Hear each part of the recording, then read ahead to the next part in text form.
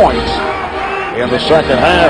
Led by 7 at the start of the fourth quarter, but as you mentioned, very quiet for Kobe and Lamar Odom. Bryant again able to extend and put it down. Well, and that's the area you have to attack, right there. As soon as the ball goes there, the defense has to react. If you're Kobe, you can just get up over the top of everybody and dunk it. And he actually just pushes it, forces it over the rim. He hasn't lost that much weight, but he's gotten stronger and much more confident. Kobe Bryant with the turnaround. 12 of 8. Try to adjust on the shot. Handled by Parker. Pistons now 10-5. They have won 7 in a row, and now Bryant is fouled by Williams. So Kobe will head to the line. He looks more like the Kobe Bryant we saw last year, who led the NBA in scoring at about 35 a game. Remember we showed that graphic early in tonight's game. He's averaging 16 shot attempts per game this season as opposed to 27 last year. Well, he's already at 18, so you can see he's in attack mode tonight. Kobe Bryant changing to uniform number 24.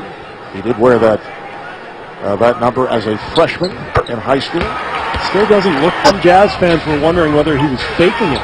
He has a house out here in L.A. He did until recently. Bryant with the hoop and the foul.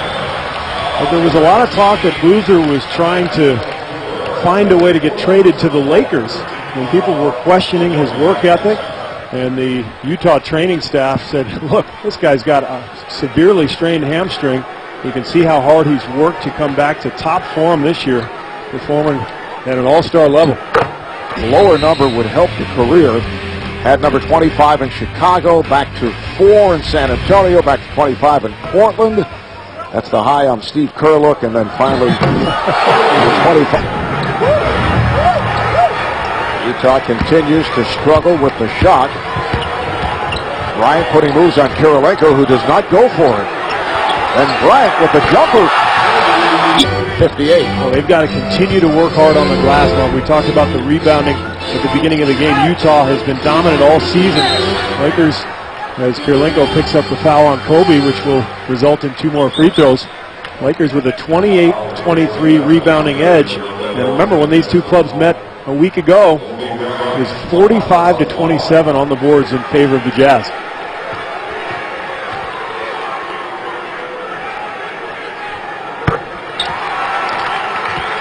Well, national television coverage of the NBA continues Friday on ESPN. The Kings and the Mavericks. Coverage starting 8 o'clock Eastern Time. And then Saturday on NBA TV, it's the Sonics. And throughout the season, and the reason they're 13-3 now, they are healthy and deep.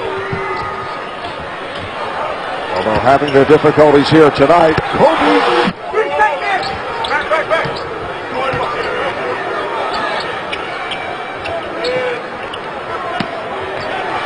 Shot clock down to 8. Bryant for 3. Yes, Sims back for Utah. 81-64 Lakers. 17 out of 23 for Kobe, just sizzling. Just under 3 minutes to play in the third. Bryant for 3. Yes. The previous season high 40-point game against the Clippers. That's point number 46. Well, Charles talked at halftime about Utah and the fact that they don't have a go-to guy, a top 5 or 6 player in the NBA type player. And Boozer is probably the closest thing they have, but he's not there yet. But this Duracek got the step. Brown came over on the block. Bryant fires for 3, and he's fouled. Challenge that shot. I mean, you just watched Kobe drain about 10 in a row, but he gets a hand on it. That is point number 48. Well, the NBA on TNT continues. Coming up next, it is Inside the NBA. Ray Allen shows us the art of shooting on TNT Fundamental. Kobe has been doing a pretty good job of showing us the art of shooting. Then next week, it's another NBA doubleheader. Game 1, Pistons going up against Dirk Nowitzki and the Mavericks, and we're told that Dirk is okay. And then in Game 2, it's the Heat and the Kings. Miami losing earlier tonight here on the TV. Jumper going. His fundamentals are so good. His footwork is so